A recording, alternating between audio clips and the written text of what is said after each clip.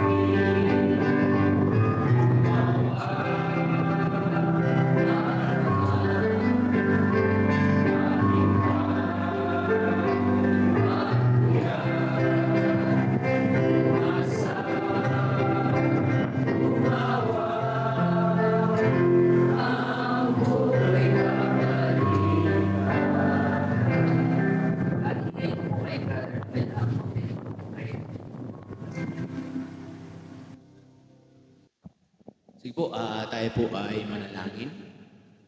Amang banal, dakila at makapangyarihan po sa lahat, muli kami po ay nagpupuri at nagpapasalamat sa mabiyayang umaga na ibinigay po sa bawat isa po sa amin.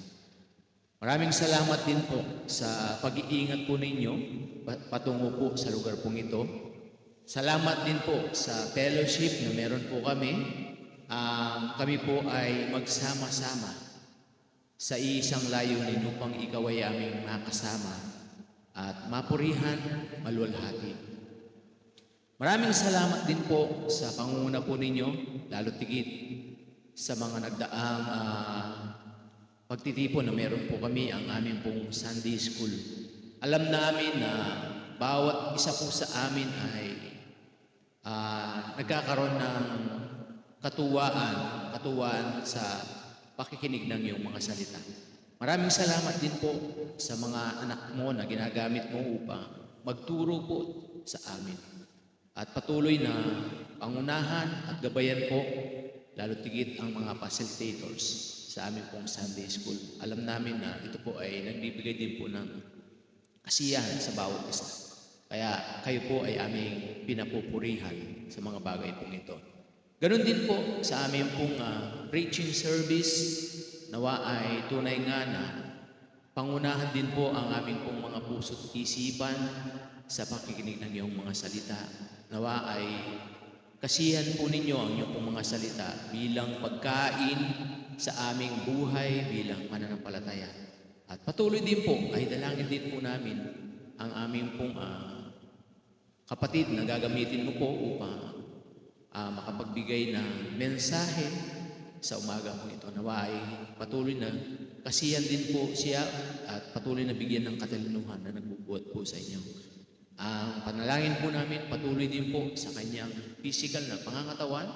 Nawa ay kayo po ang laging magbigay ng kagalingan sa mga karamdaman po ito. At patuloy din po, pangunguna, paggabay sa kanyang buong pamilya. At maraming salamat din po sa mga kapatid na naririto, na nagbigay din po ng oras, panahon, upang sila rin po ay aming makasama. Nawa ay pangunahan at gabayan din po ang bawat isa po sa amin. Lalo tigit sa mga kapatid po namin na nakikinig sa aming pong FB Live. Nawa ay gabayan at pangunahan din po. Lalo tigit sa mga kapatid po namin na nagtungo sa Valenzuela, pag-iingat din po at paggabay sa kanila at ganoon din po yung mga kapatid din po sa Valenzuela na kung saan ay sa mga ganitong oras din ay ginaganap ang gawain din po doon. Binabalik po namin ang mataas na papuri, pasasalamat sa tanging pangalan lamang po namin, Panginoong Yesus. Amen. Salamat po sa kapatid sa kanyang panalangin. Muli po, maganda at mapagpalang umaga po sa ating lahat. Bilang pag-uulat po sa mga gawain po natin sa lingguhan, ang children's class po ay ginaganap po tuwing umaga po, 8:30. Kasunod po nito ang Sunday school po natin. At inaanyayahan po ang mga kapatiran na dumalo dahil ito po ay groupings para po sa ating spiritual growth. At ngayon naman po, ang kasunod po nito ang ating preaching service po. At gayon din po, ang mga online po na gawain po natin tuwing Lunes po, tuwing Monday po, 3 p.m. ang online prayer meeting. Gayon din naman po ang Wednesday po, ang ating online Bible study. At ang mga youth din po ay merong every other Tuesday sa kanilang online Bible study. Gayon din po ang face-to-face din po tuwing Sunday din po ang Bible study. Ganyan din po ang mga year-end fellowship po natin. Huwag po natin kalimutan sa mga kapatiran po natin sa Valenzuela sa December 26, sa Nueva Ecija, December 27, at sa atin po dito sa December 30. At ngayon naman po, unahin po muna natin si Brother JM po sa kanyang testimony po dahil po sa kanyang birthday po this August. Good morning po sa bawat isa po sa atin. Una po sa lahat siguro nagpapasalamat ako sa Panginoon sa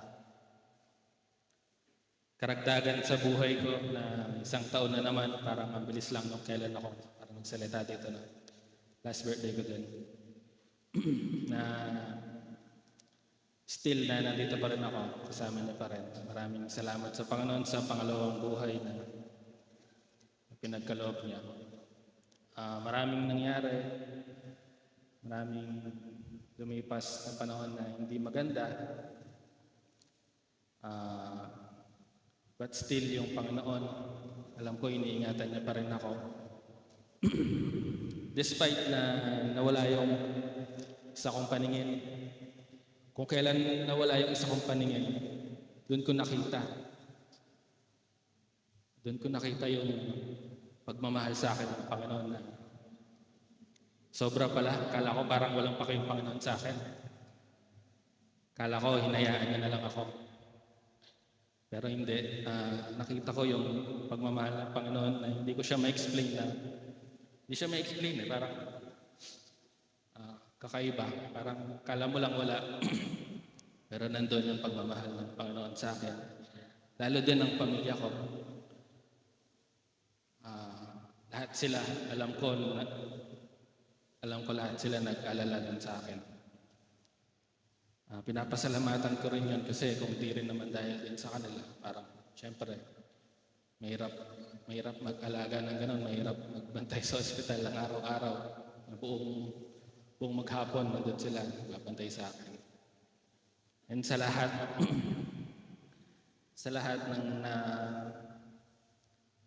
sa lahat ng naapektuhan sa buhay ko, sa buhay namin, lahat sa akin, sa physical, emotional, psychological, financial. Isa lang yung hindi nagbago, yung spiritual na pamumuhay ko. Yun yung nagbibigay kalakasan sa akin, yung Panginoon, sa araw-araw. Sa pagre-recover ko mula noon hanggang ngayon. Sa pakikipag-deal ko sa lahat ng mga sarili ko ding iniisip, mga problema. Alam ko yung Panginoon siya ay nandyan para sa akin. Ayun, siguro ngayong taon ng bagong buhay ko, bagong taon na naman,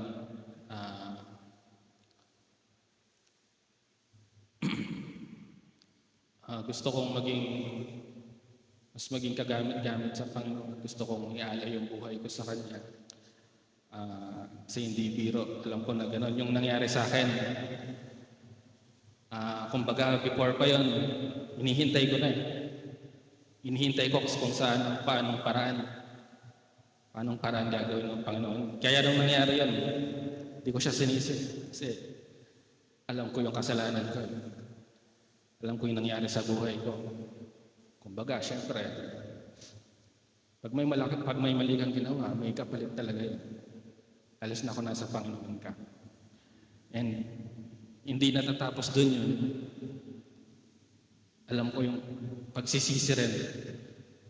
Kasi syempre, alam ko anak ako ng Panginoon. Sigurado akong ligtas ako. Sigurado akong tinanggap ko siya. May conviction sa puso ko na alam ko yung mga mali kong ginawa. Hiningi ko ng tawad sa Panginoon. Siyempre, consequence yung nangyari sa akin. Malaking palo yun. Pero kahit gano'n, hindi ko siya sinisi, hindi ako nagalit sa kanya. Never ako nagalit sa kanyang gano'n. Nakita ko pa rin yung pagmamahal niya na nandun pa rin, pagmamahal ng isang ama. Kahit gano'n. Maraming salamat po sa lahat ng mga kapatid sa panalangin po ninyo na makarecover ako. And sa pagre-recover ko pa rin. Lahat din naman naapektuhan sa akin. Lahat ng senses ko naapektuhan sa akin. Hanggang ngayon, wala po akong pangamoy tsaka panlasa. Kaya lahat ng kinakain ko po, wala akong naamoy, nalalasahan po. Yung sa paningin ko, nawala. Basta sa lahat ng aspeto ng senses na naapektuhan. Pero yun nga lagi ko sinasabi. Yung sa spiritual ko, alam kong hindi ko papaapektuhan yun kasi alam ko na sa akin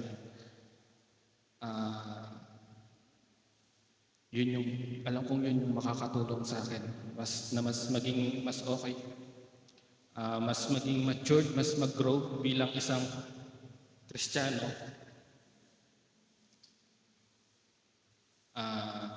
Parang kahit siyempre sa pamilya namin, kahit alam natin na tatay ko si Brother Bo, kapatid ko si Brother Jan, tito ko si Brother Wilson. Parang mahirap na i-expect ng tao na magiging ganun din ako. Parang mahirap, pero alam mo may kagustuhan sa puso ganun, maging ganun. Makapaglingkod sa Panginoon. Kaya yun, patuloy po mga kapatid, pakisama pa rin ako sa prayers. Thank you sa lahat po. Sa lahat po ng panalangin. And kung tinatanong niyo po yung edad ko, matanda na po ako. Hindi na po ako matuturing naman. 31 na po ako sa Miyerkules. Si Brother John po, parang mas matanda pa ako sa akin. Anyway, yun po, maraming salamat po sa lahat. And God bless po. Muli, advance happy birthday sa ating kapatid at salamat sa kanyang testimony. At masahan po ang lokal na iglesia ay kasama mo po na nananalangin na ang full recovery niyo po sa physical at sa spiritual. At kayo din po, bigyan po natin ng panahon para pakinggan natin ang ating mga youth at young adults sa kanilang ihanda na awit. Pakinggan po natin sila.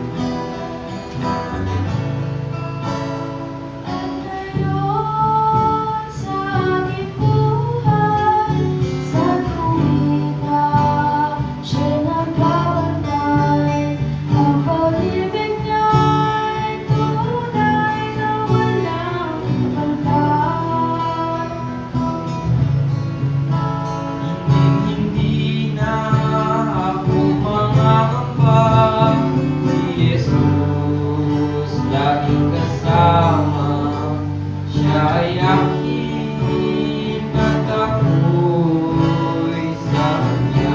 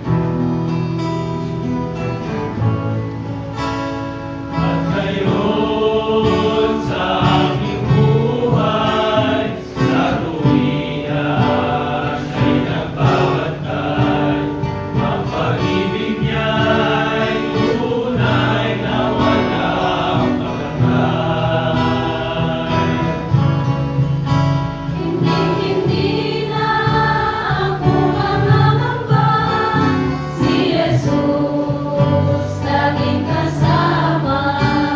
Siya ay akin at ako'y sa Kanya.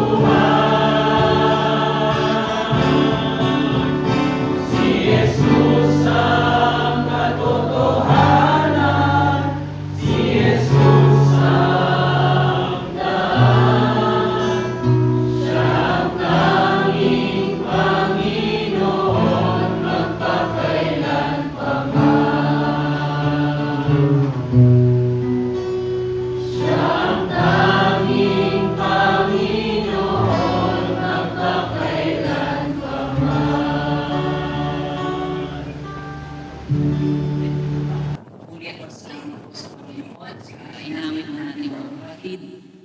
Tunay nga po na ang ating Panginoon Jesus ang siyang patnubay at gabay at siyang daan at katotohanan. Siguro po, hindi ko na po patatagalin at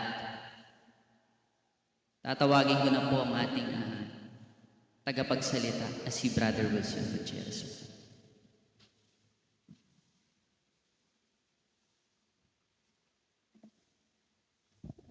Magandang umaga po sa ating lahat at salamat sa very inspiring choir number ng ating pong mga kabataan. Medyo nag-emotional ako ng konti eh. Napaluha ako sa kagalakan na makita ang mga kabataan na naghahandog ng papuring awit sa Diyos. Sapagkat sa tingin ko bilang mga kabataan, isa sa makabuluhang bagay na pwede ninyong gawin sa inyong entire life ay yung kayo ay makapaglingkod sa Panginoong Diyos. Sabi ng salita ng Diyos, serving God is not in vain.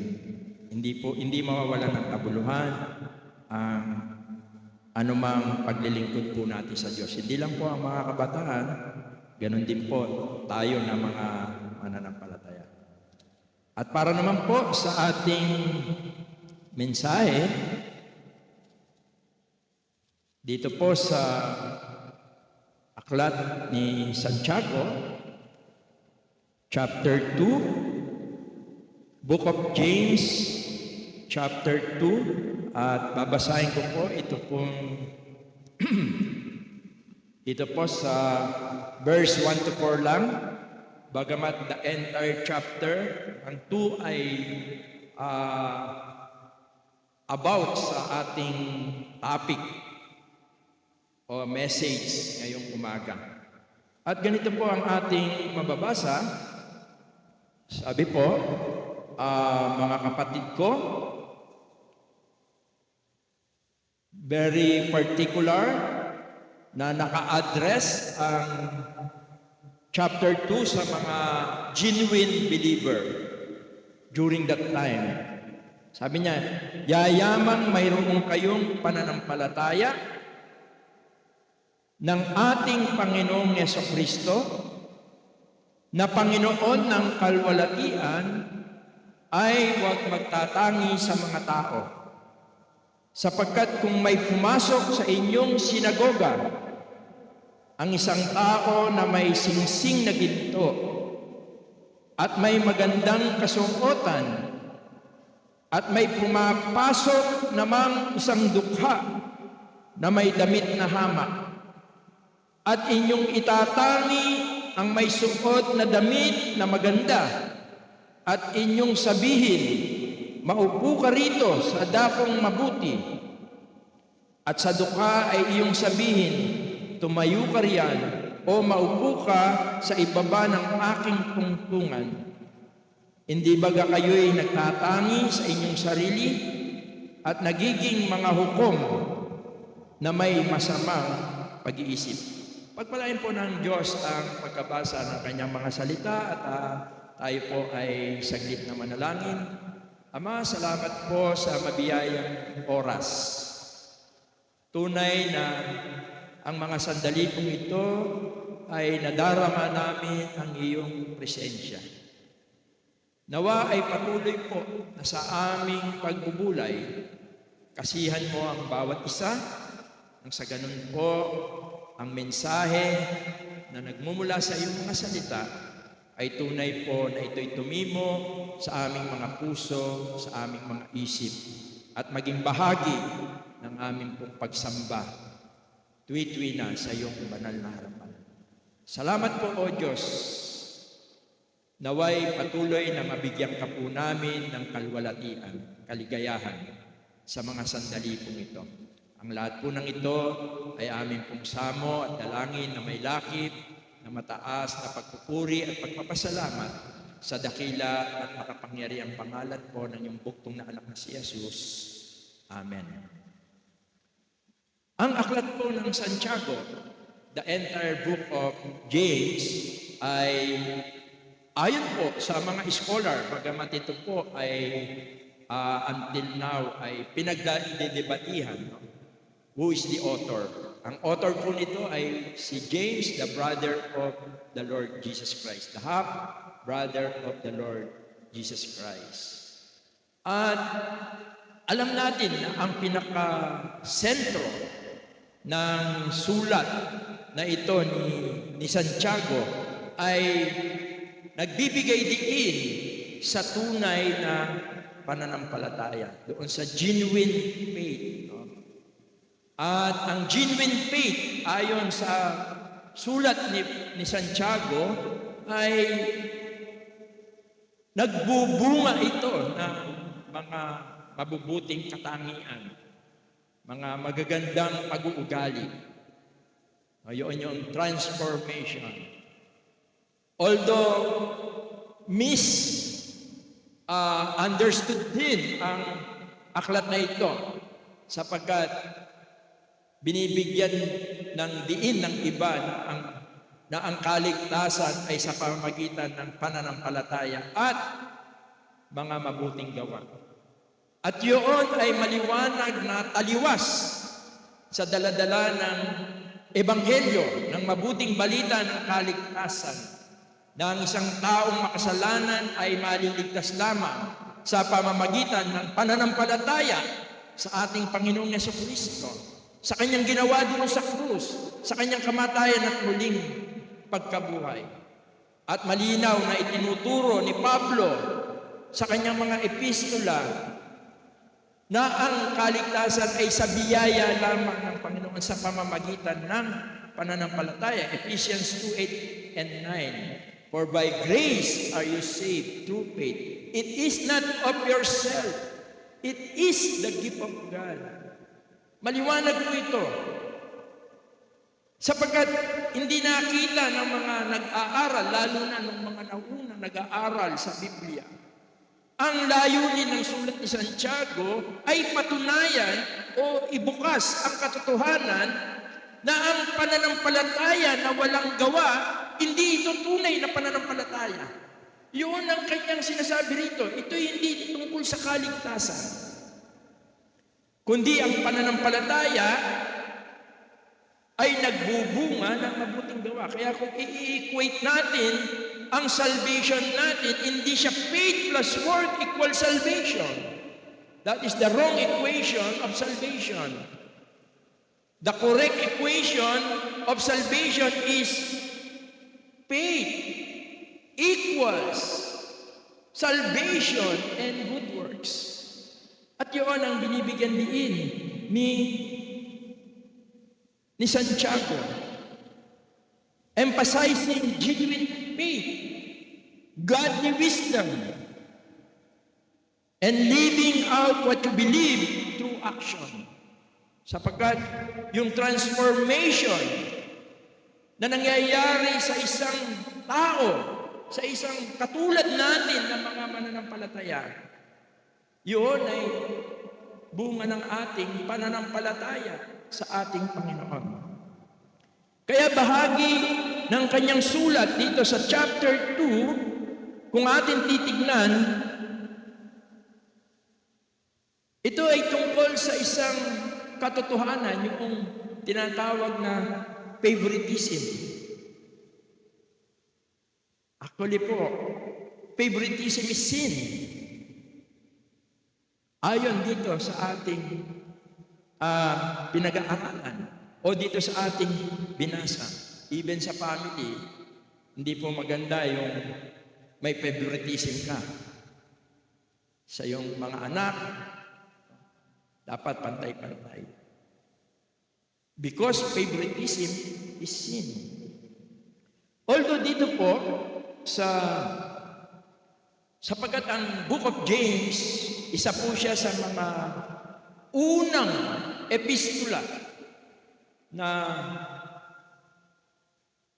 na-discover o naisulat. Isa siya sa mga first epistles, although siya ay nasa bandang huli. Pero isa siya. Mas nauna siya sa mga epistles ni Paul. At ang isang patunay po niyan, ginamit pa dito yung old Judaism tungkol sa church, sapagkat ito ay hindi lang in-address individually, kundi ito ay in-address sa church. Although ang church, ang pagtitipon, ang gathering, ginamit pa niya yung salitang sinagoga. Napansin niyo po?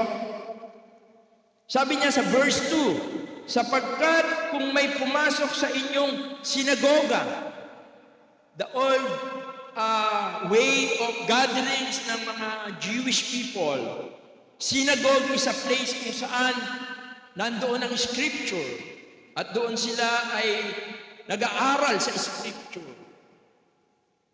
But later on, sa mga sulat ni Paul, hindi niya na ginamit yung old, yung matandang tawag sa pagtitipon, kundi ginamit niya na yung salitang iglesia. Ecclesia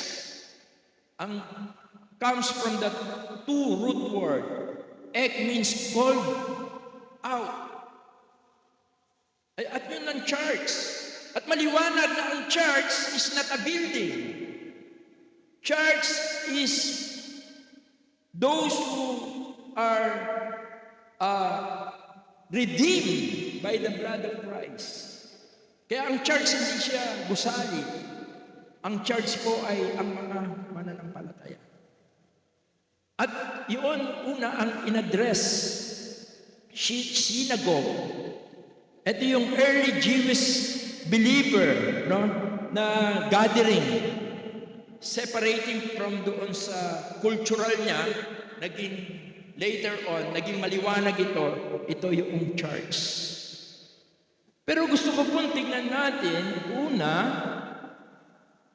bagamat ito ay may tungkol sa pagtatangi ng tao, ang sabi niya sa verse 1, sabi niya, mga kapatid ko, yamang mayroon kayong pananampalataya. Kaya maliwanag, ito ay naka-address sa mga, kanino po? Sa mga mananampalataya. Sa synagogue during that time, doon sa kanilang gatherings, sa church. Sabi niya, mayroon kayong pananampalataya ng ating Panginoong Jesucristo. The object of our faith was centered in Christ, not creed. Hindi sa mga creed. Ang pananampalataya nila ay nakasentro kay Kristo. Ang anak ng Diyos na mula sa langit ay bumaba rito sa lupa upang sa pamamagitan ng kanyang paghihirap, ng kanyang kamatayan at ng kanyang muling pagkabuhay, the message of the gospel. 1 Corinthians 15, 1-4. The message of the gospel, ang mensahe ng magandang balita ay nakasentro kay Kristo. Sa kanyang kamatayan, yun ang magandang balita. Bakit magandang balita ang kanyang kamatayan?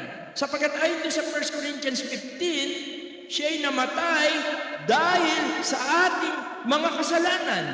Yun yung good news. At alam natin ang bigat ng kasalanan. Ito ang nagpahiwalay sa atin sa Diyos. Meaning, Christ is the way toward God. Siya yung daan. By faith. Siya yung sentro. Sabi niya, yamang mayroon kayong pananampalataya ng ating Panginoong Jesucristo. Have at the faith of our Lord Jesus Christ. Pero napakaganda. Binigyan niya ng root yung katotohanan na hindi tayo dapat nagtatangi ng tao.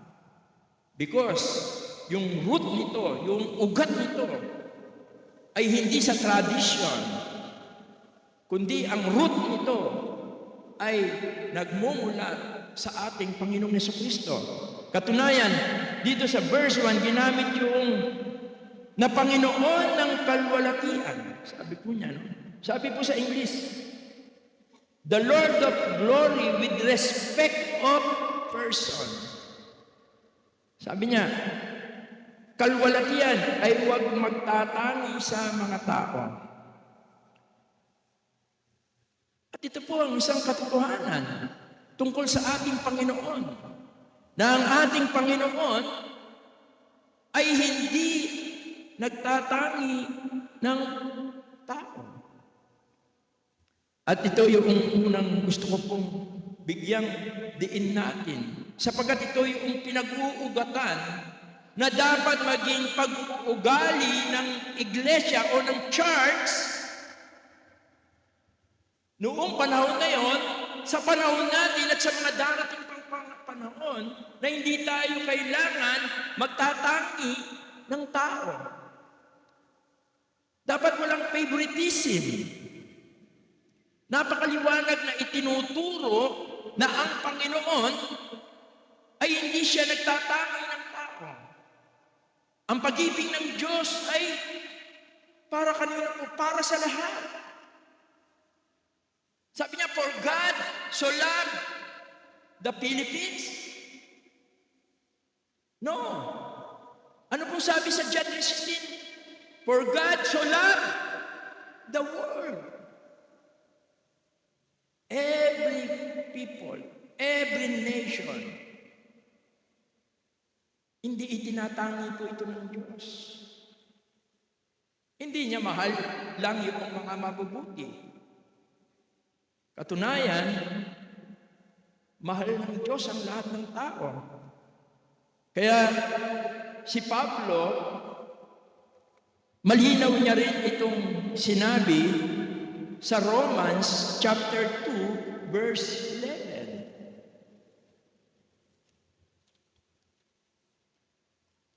Sabi po, Romans chapter 2, verse 11, bagamat ang Book of Romans, in-expound po ni Paul ang tungkol sa magandang balita, the message of the gospel.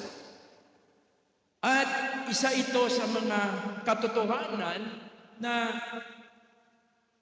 ipinahayag niya tungkol sa kagandahang loob ng Diyos.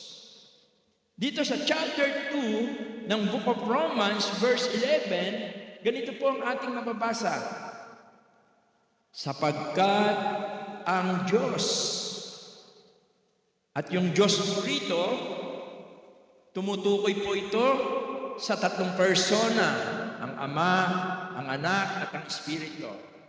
It is very clear na ang Biblia po, itinuturo niya na mayroong there is only one God, but in three persons, the mystery of Trinity. At ang tinutukoy niya po rito ay walang iba kundi ang Trinity, sapagkat ang Diyos ay hindi nagtatangi ng mga tao. Bagamat dito in-expound ni Paul yung kasalanan, yung kahatulan ng kasalanan, yung kagandahang loob ng Diyos. Although ang tinutukoy dito na ang Diyos ay pantay-pantay ang pagtingin, no? Itinuturing niya lahat tayo na makasalanan. At yun ang isang katotohanan, for all have sinned. Pero ganun pa man, kahit tayo ay makasalanan, ang Diyos ay hindi nagtatangi ng tao. Maliwanag na ang bawat sumasampalataya sa Kanya, kahit gaano pa kalaki ang iyong pagkakasala, ikaw ay patatawarin sa oras na ikaw ay tunay na sumampalataya sa ating Panginoon. Yan yung mga preceding chapter ng Book of Romans. Pero mahalaga rito na makita natin na for God does not show favoritism.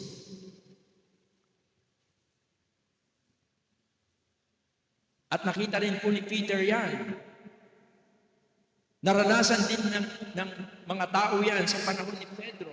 Sa Acts chapter 10, verse 34. Ano pong sabi ni Pedro? Alam natin po ang istorya ng chapter 10. Sino po ang nakakalam ng istorya ng chapter 10? Mga Gentiles na nakakilala sa Diyos, tinanggap ng Diyos. At yun, ang pinaka-prominent character dito sa chapter 10, sino po? Cornelius. Si Cornelius, isa siyang Gentiles. Hindi siya Jewish. Although ang mga Jewish, tinitignan nila ang kanilang sarili, sila ay special sa Diyos. Pero nagkakamali sila. Even you are Gentiles, kapag hindi ka Hudyo, ikaw ay Hentil. At dito sa chapter 10, verse 34, ang sabi ni Apostol Pedro, sabi niya, at binaba ni Pedro ang kanyang bibig at sinabi, tunay ngang natatalastas ko na hindi nagtatangi ang Diyos ng mga tao. The story is napakaganda po. Even Cornelius, wala siyang tunay na pananampalataya sa Diyos, although naniniwala siya sa Diyos. He is a good person. He is a prayerful person. He is a religious person.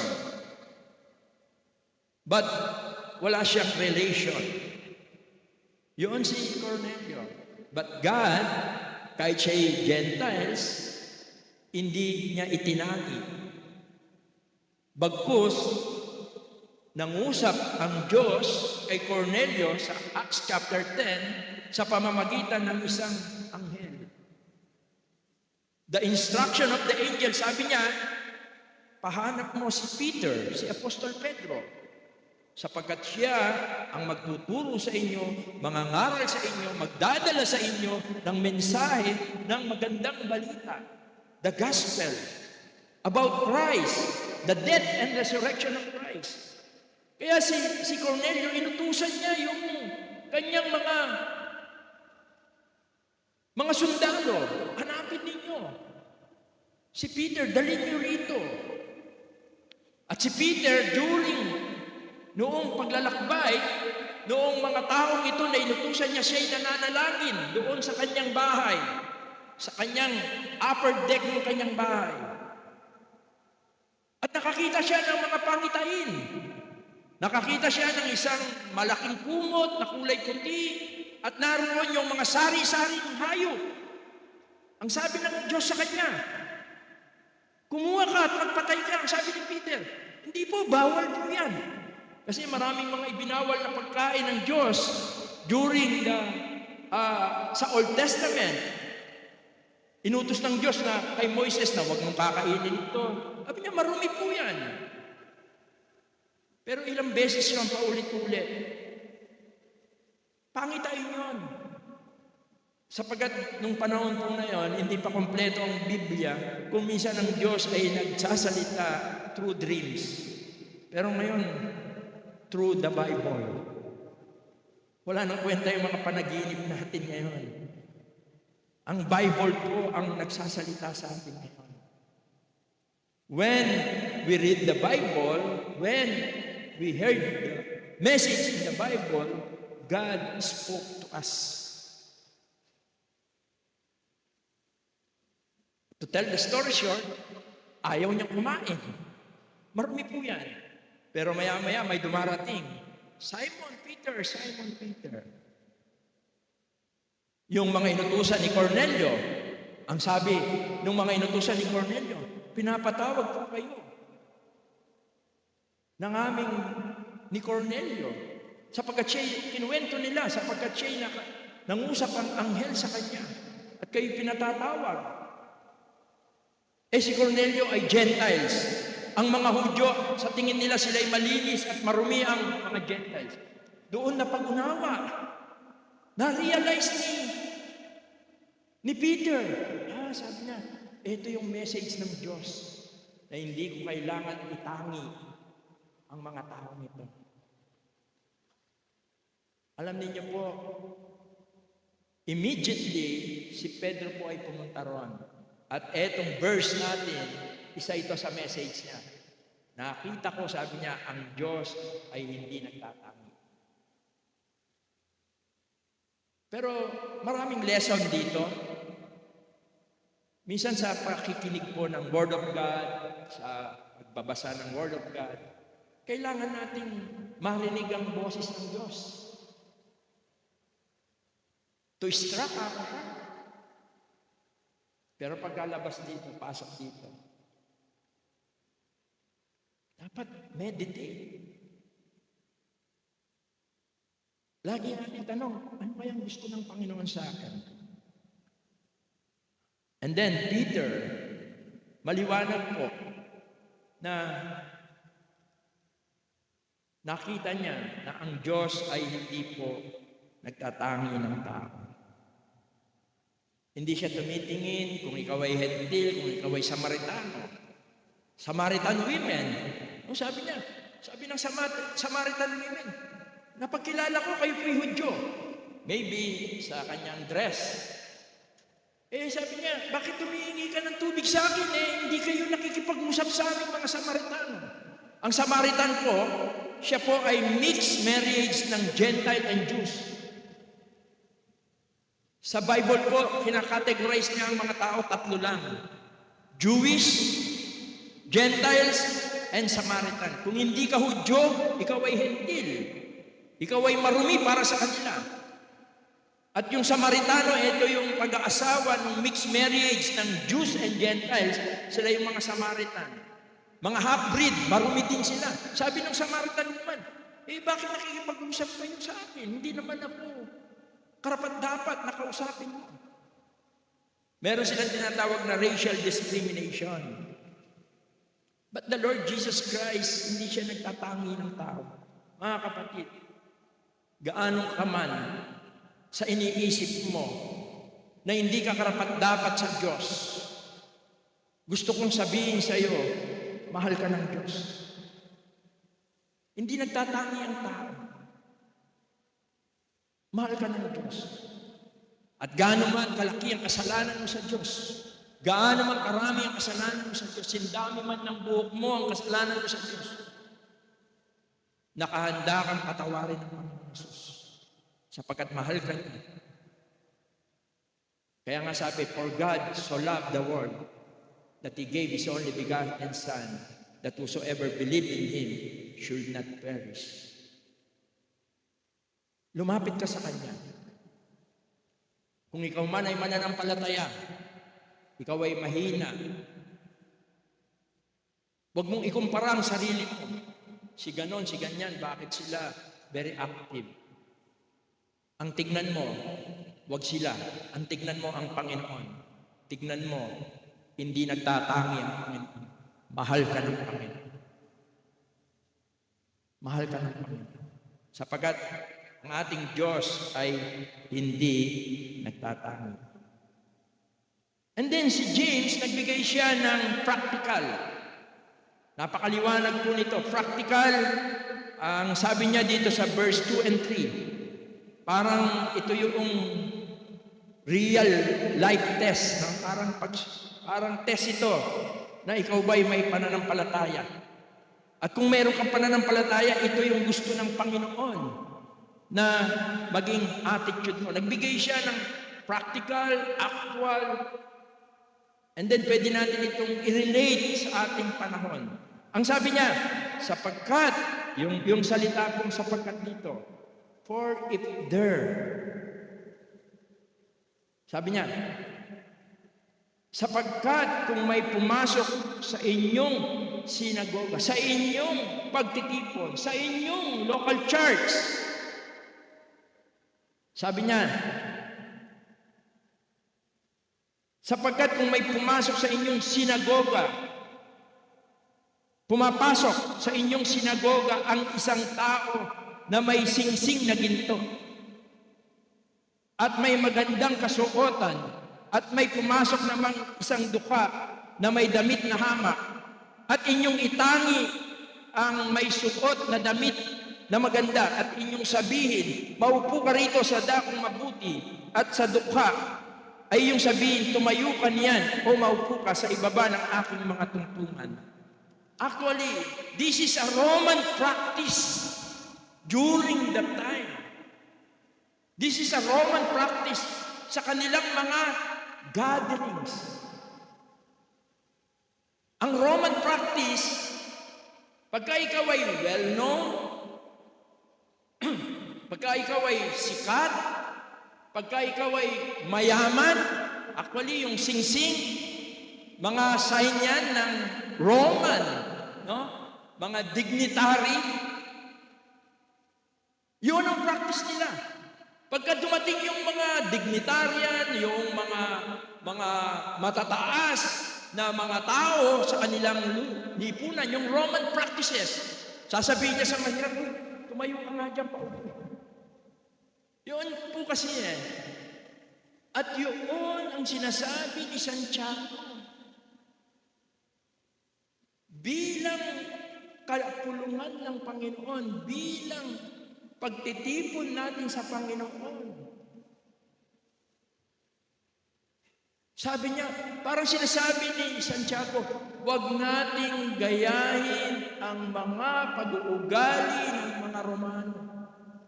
Bagkus, sabi niya, pantay-pantay ang pagtanggap natin sa Panginoon. And the root is love. Tandaan po natin yun. Yun ang root. Kapag ka ganun po ang nagiging atmosphere ng church, yung pantay-pantay, yung pagtingin natin sa isa't isa, Ang ibig sabihin po niyan, the Holy Spirit is working with us. Because the fruit of the Holy Spirit is love. Pero pagka may tinitingnan tayo, kaya po sa atin, even yung mga title, wala po tayong, hindi nyo po napansin. Hindi tayo nagpapatawag ng pastor, hindi tayo nagpapatawag ng reverend, o kung ano-anong title na matataas. O, wala po tayong ganon.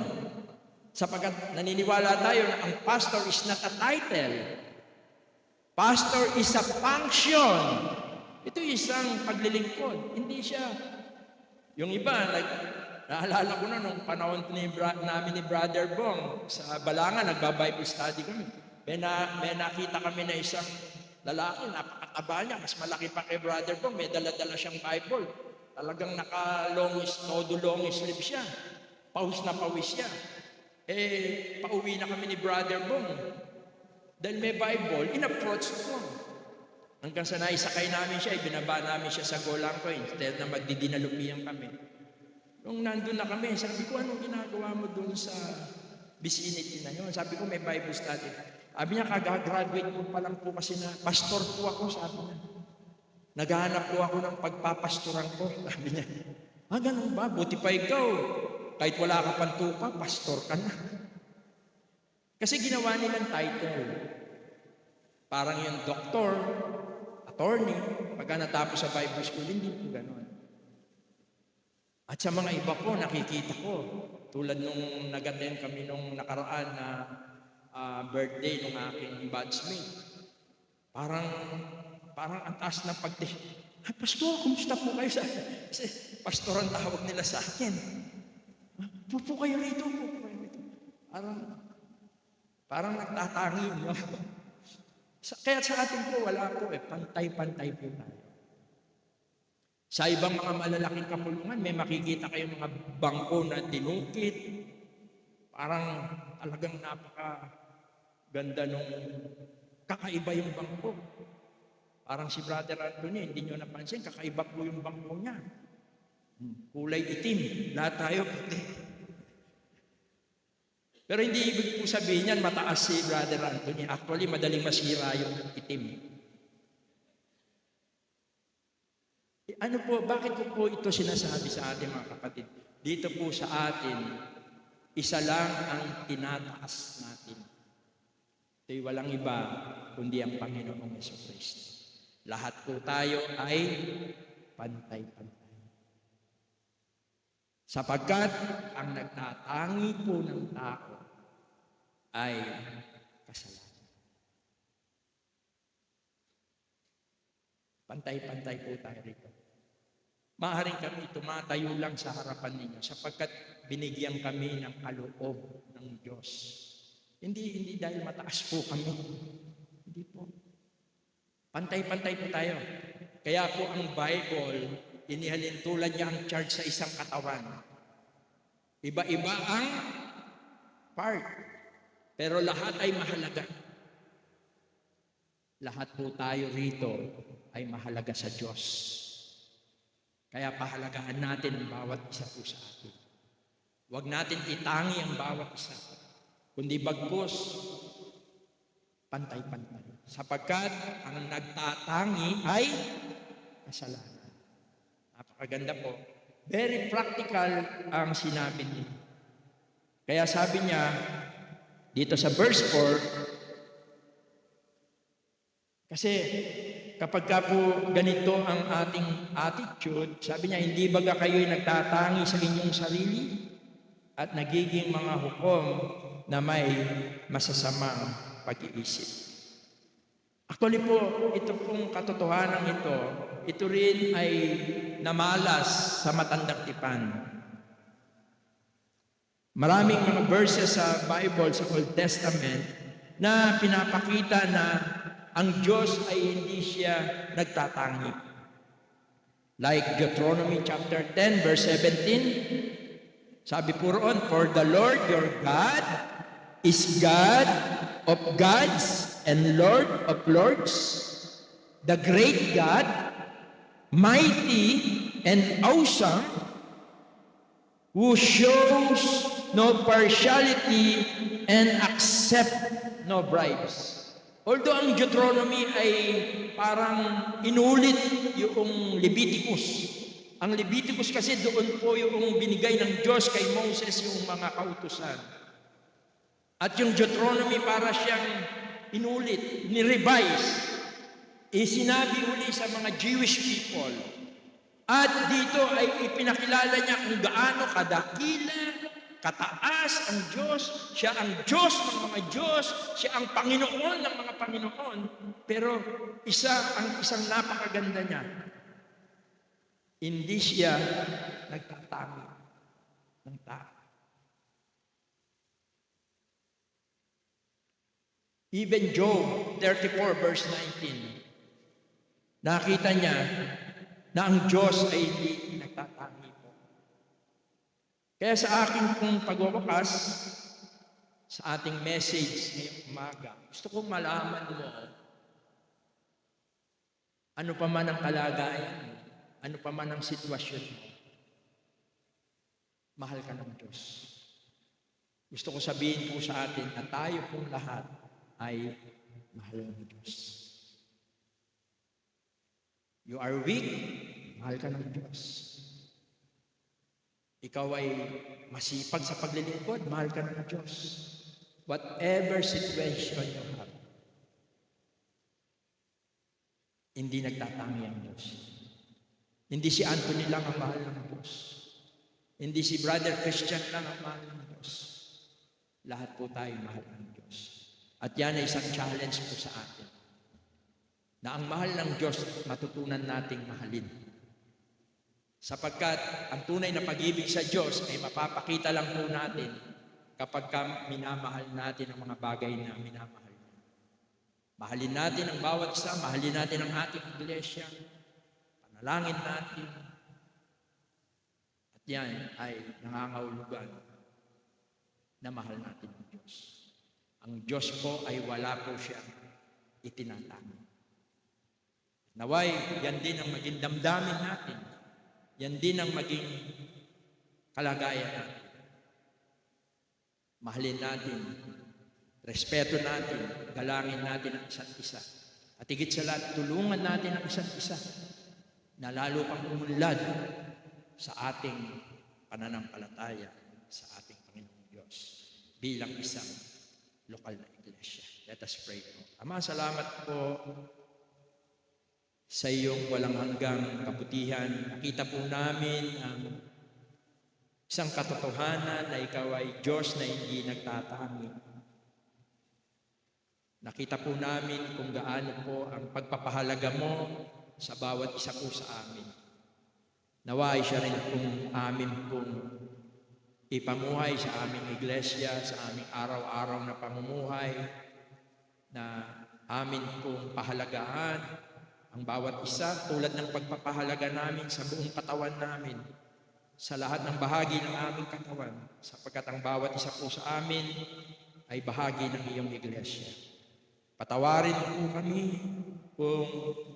kung sa mga nakaraan ay may mga bagay na tinatangi kami at may mga bagay na hindi kami tinatangi. At naway masumpungan mo ang iyong pag-ibig sa aming kalagitnaan, sapagkat ito ang tanda na ang aming pagtitipon ay nagiging kalugod-lugod sa iyong banal na araw. Pagpalain mo po ang iyong mga salita, pagpalain mo po ang bawat isa. At ang lahat po ng ito ay aming sama dalangin sa makapangyarihang pangalan po ng bugtong anak na si Jesus. Amen. Salamat po.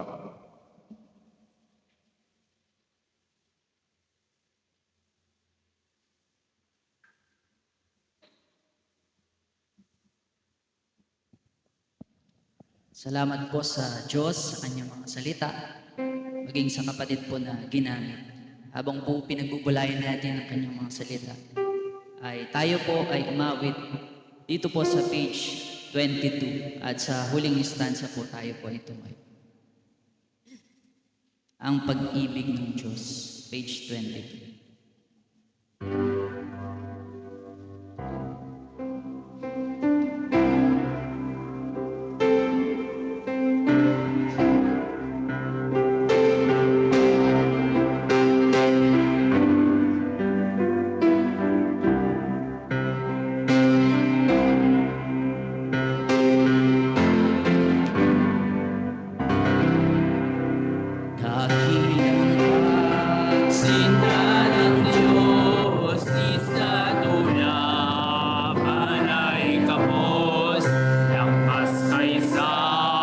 Mabitwing malayo sa desman, umahapon nang sasalay tayo kayo, anak ng Diyos na panahon.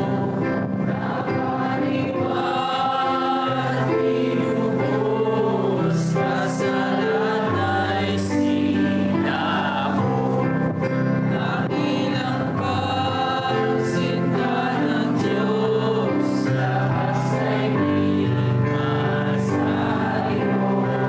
Walang hanggan, di matatapos, sawit ng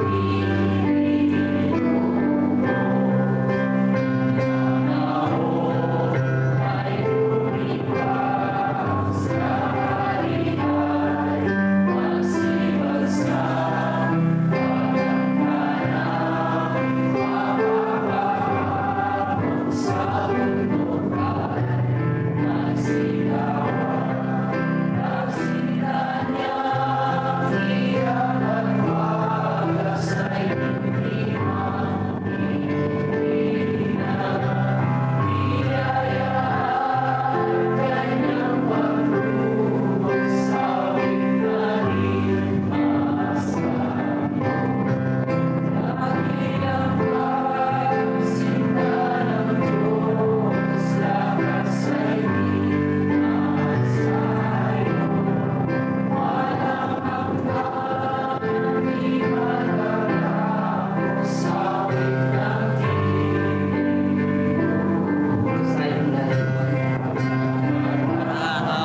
may maginting at langit, maging papel, bawat damo ay gawin ko na sulat man, bawat isa.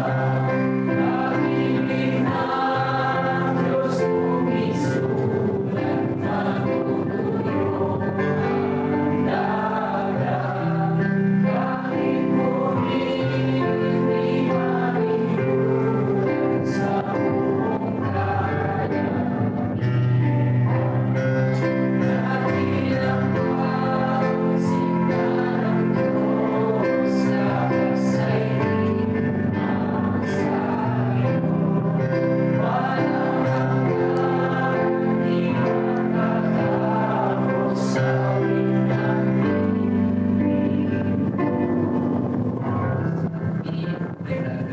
Glenn, ang closing prayer at kasama po natin sa panalangin ang inanda ng ating kapatid na si Brother JM po ang ating touch.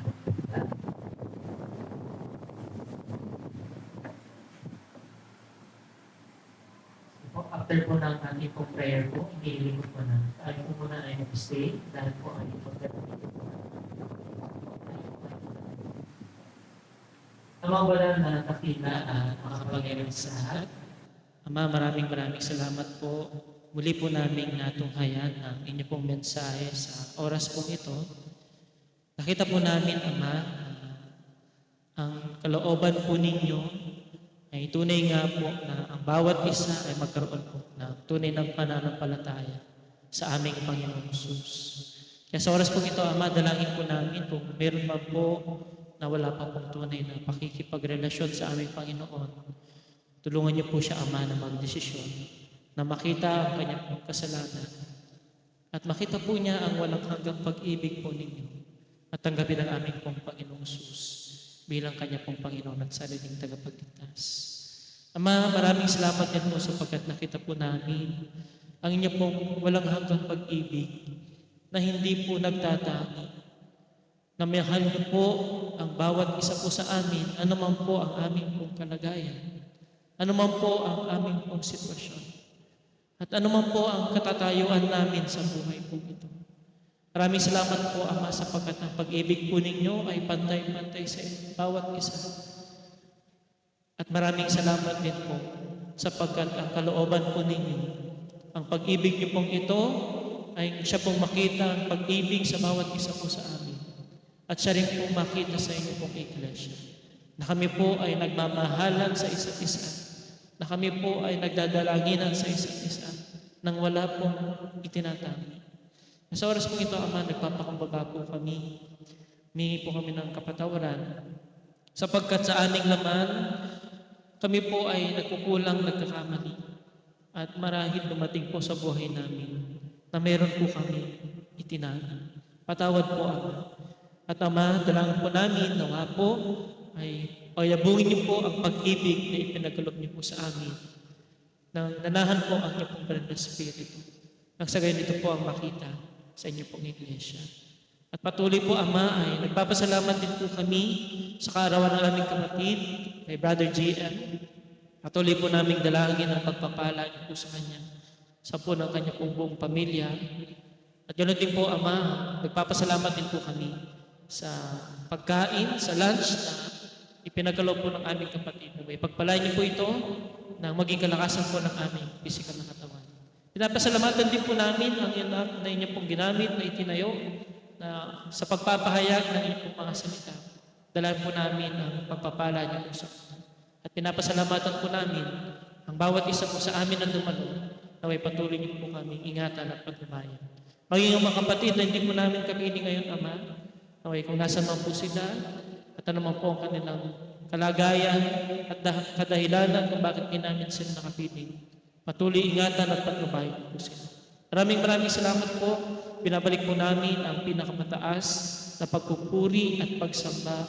At ang lahat po ito ay aming samot ini sa tayong pangalan po ng aming pong Panginoong Jesus. Amen. Mawit po tayo ng happy birthday. Happy birthday.